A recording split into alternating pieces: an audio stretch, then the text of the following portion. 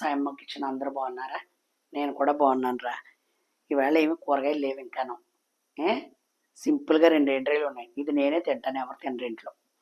చక్కగా ఎండ్రాయిలు, మెంతులు పులుసు, ఉల్లిపాయ వేసి 2 చూపిస్తాను. 2 బంగారం. ఇంట్లో మన ఇంట్లో కూడా 4 వర్గాలు. ఇగో 4 ఎండ్రాయిలు ఉన్నాయిరా. ఇగో 4 ఎండ్రాయిలు, 1 స్పూన్ మెంతులు నానబెట్టుకోండి ఒక అరగంట ముందు. ఏమ్మా, కొద్దిగా చింతపండు సౌరుస్కి 2 స్పూన్లు తీసుకున్నాను, ఎంత పడితే చూసుకుంటాను. 2 స్పూన్లు వేసుకున్నాను ఇందులో. ఓకేనమ్మా. ఉప్పు, కారం, పసుపు, కొద్దిగా కొత్తిమీర, 2 ఉల్లిపాయలు, 2 పచ్చిమిరపకాయలు. ఏం అక్కలు దగ్గరగా వండుకుంటే సూపర్ అంటే సూపర్ ఉంటుంది అన్నమాట. ఓకేనమ్మా.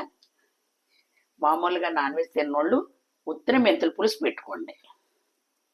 అది కూడా చాలా బాగుంటుందమ్మా. మెయిన్ షుగర్ వాళ్ళకి సూపర్. అది షుగర్ వాళ్ళకి ఎండ్రీ ఏమి అడ్రాదు. నాకు షుగర్ ఉంది, నేను తింటున్నాను, మీకు చూపిస్తాను అనమాట. ఓకేనమ్మా. అది మెంతులు ఏమి నూనెలో ఎగక్కర్లేదు, మనం నానబెట్టుకున్నాం కదా, వీటితో పాటు మనం వేసుకోవచ్చు. ఇదిగో నేను సాల్ట్ వేసేసుకుంటాను కదా, అందుకే గరం మసాలాలు కానీ అల్లం వెల్లుల్లి పేస్ట్ కానీ ఏమి వేయక్కర్లేదు, చాలా రుచిగా ఉంటుంది. కాకపోతే మనం ఇందులో ఎంట్రీ చేసుకుంటున్నాం, నాకు ఇష్టము అందుకని. ఓకేనమ్మా.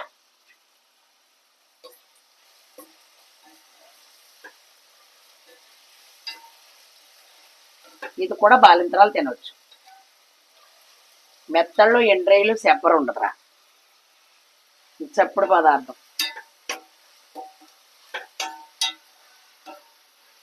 ఏదో కుక్కర్ పెట్టుకున్నాను.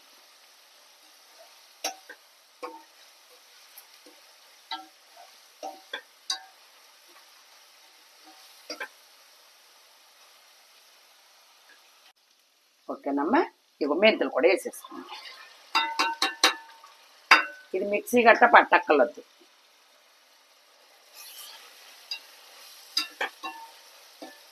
ఒక గంట ముందు నానబెట్టుకుంటే బాగుంటుంది.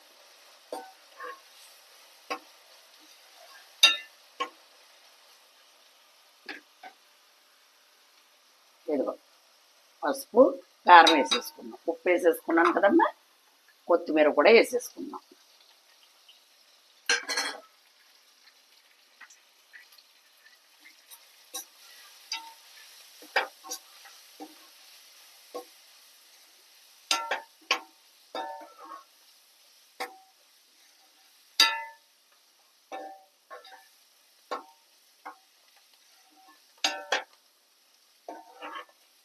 అంతే.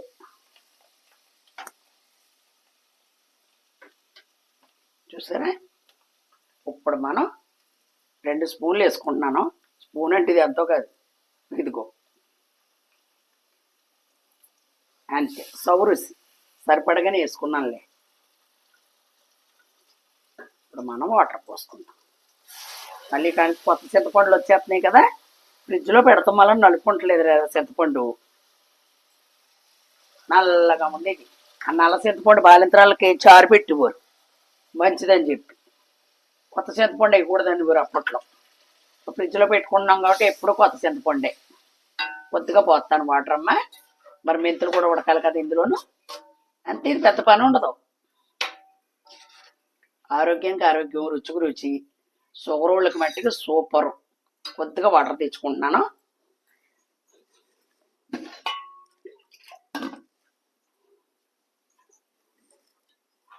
ఈ నీళ్ళన్నీ దగ్గరికి వచ్చేస్తే రవ్వ పులుసులాగా వస్తుందన్నమాట. అసలు ఒక్కసారి ట్రై చేయండి, అద్దరిపోద్ది. ఇది పాతకాలం కూరే. ఓకేనమ్మా. మూత పెట్టేస్తున్నా. ఓకేనమ్మా. అదిగో దగ్గరగా రాని వాళ్ళు రవ్వ పులుసు అంటారు దాన్ని. అమ్మా, మెంతులు మట్టికి చక్కగా నానాలి. నానినప్పుడు మన నోటికి కూడా జిగురు పదార్థం కింద తగలదు. మీకు 2 రోజుల ముందు నానబెట్టుకున్నా పర్లేదు, మొలకొచ్చినా ఏం పర్లేదు, మంచి స్మెల్ వస్తుంది.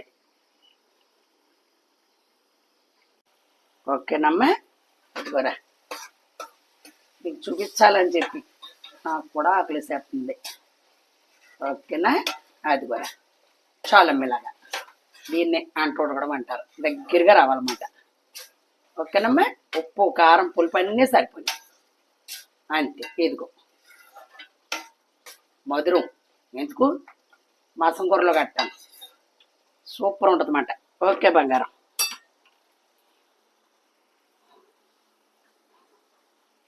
ఓకేనమ్మా. మీకు చూపించాలని చెప్పి అన్ని బియ్యం పెట్టుకుని అదిగో కూర వండుకుంటున్నాను. ఓకేనా మరి? నచ్చితే చక్కగా లైక్ చేసి షేర్ చేసి సబ్స్క్రైబ్ చేసుకుని చక్కగా చూసి ఇలా వండుకోండి. ఇంట్లో తమ్మామి ఏముండదు, దానికి అన్ని మెంతి గింజలు నానబెట్టుకుని సింపుల్గా వండేసుకోవచ్చు. మరి నన్ను అడుగుతున్నారు కదా పాత వంటలు అని చెప్పి, పాత వంటలుగానే నేను మీకు చూపిస్తున్నాను. మా ఇంట్లో మేము ఇలాగే వండుకునేవాళ్ళం. ఓకేనమ్మా. మరి నచ్చితే అందంగా మంచి కామెంట్లో తెలపండి. మంచి రెసిపీతో మీ సాయమ్మ మీ ముందుకు వస్తుంది. Bye bye.